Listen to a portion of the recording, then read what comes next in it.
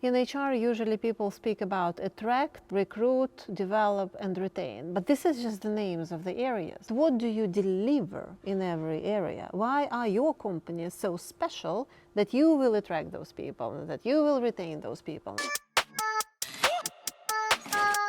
Why does everything need to be an experience? Well, because experience is when you come to the core of why do you do this business. And every business has a customer, right? Or you do the business for someone, and this is your target audience. It is the same for communication. It is the same for developing products. It is the same for building something for employees. And when you actually have your customer in mind, you get the purpose. And that's the most important thing, because if you get the purpose, you basically do what's right. And what's the purpose? The purpose is that you cater for people, you give them the product, the something that they really need. But they don't need stuff. They need to experience it. It will be tautology, but they need to get some emotions out of it. They need to feel something out of it. And if they feel it, if they get memories, if they get the relationship to the thing that you're giving them, they'll come back, and then your business is valid. So that is why I really, honestly, truly believe in experience, because you then cater for your target audience. And then it means that you do the right things. So experience is listening. It's listening, and it's user centricity, absolutely. Customer centricity, employee centricity, whatever you call it. And so for you as employee experience, what does that look like, and what are some of your areas of focus? I need to give our employees, our Oriflamians, Oriflame memories, Oriflame moments, Oriflame experiences. It means that every meaningful interaction that they have in this company, they need to remember, and it needs to be pleasurable, or at least the stuff that they will settle in their brains. You don't have to necessarily I would say mention or go into what Oriflame or not Oriflame does, but I want to hear your own point of view on... Okay, my own point of view is that as an employee experience, you need to create memories for people, because they need to remember, I worked in this company, I spent so much time here. What do I remember? And usually, how do you create it?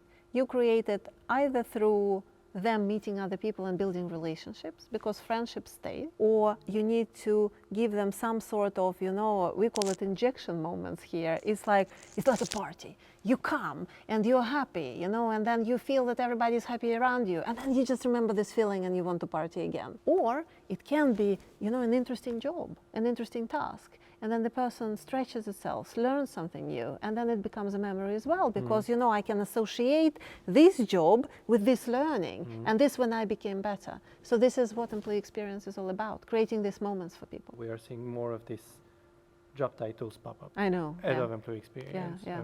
What is your opinion? Is it I think it's cool. I think it's really, really cool.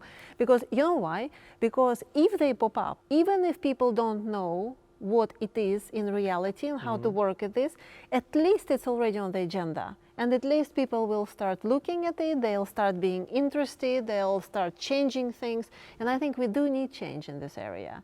And I know that employee experience now, it can sit in different parts of organizations. Sometimes it sits in HR, sometimes, it's like with us, it is HR and communication. Sometimes it sits next to HR on the marketing, and it's responsible for culture, for example, but it doesn't matter.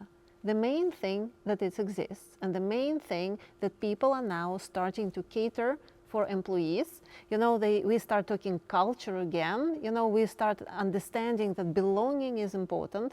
And I think maybe it's even thanks to COVID, because that's when a lot of companies lost it. So I think that the employee experience is basically here to stay for long, and it's going to be very important. Place yourself in a traditional, maybe industrial company or something that has been very, very classic, not like the young startup that is doing all of it. How does that company move from a traditional HR, traditional communication to an experience space? Well, you don't need a lot, really. So the only thing you need is you need to ask yourself, why are you doing all your projects? In HR, usually people speak about attract, recruit, develop, and retain. But this is just the names of the areas. But what do you deliver in every area? Why are your companies so special that you will attract those people, and that you will retain those people, and you will develop those people.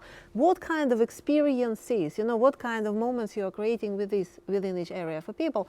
And once you start defining, so for example, I want to implement the new HR system. A lot of companies now, especially big companies, they go through digital transformation in HR. And then you start asking yourself, okay, we will purchase a system now. Who is this system for?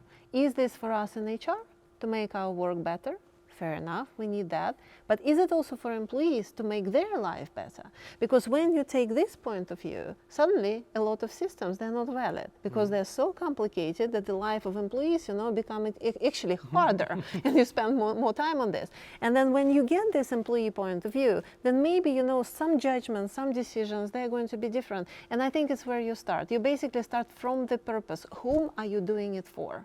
Why will it make their life better? How will they remember you after that? And that's how you transform it. Easy. Easy. Easy.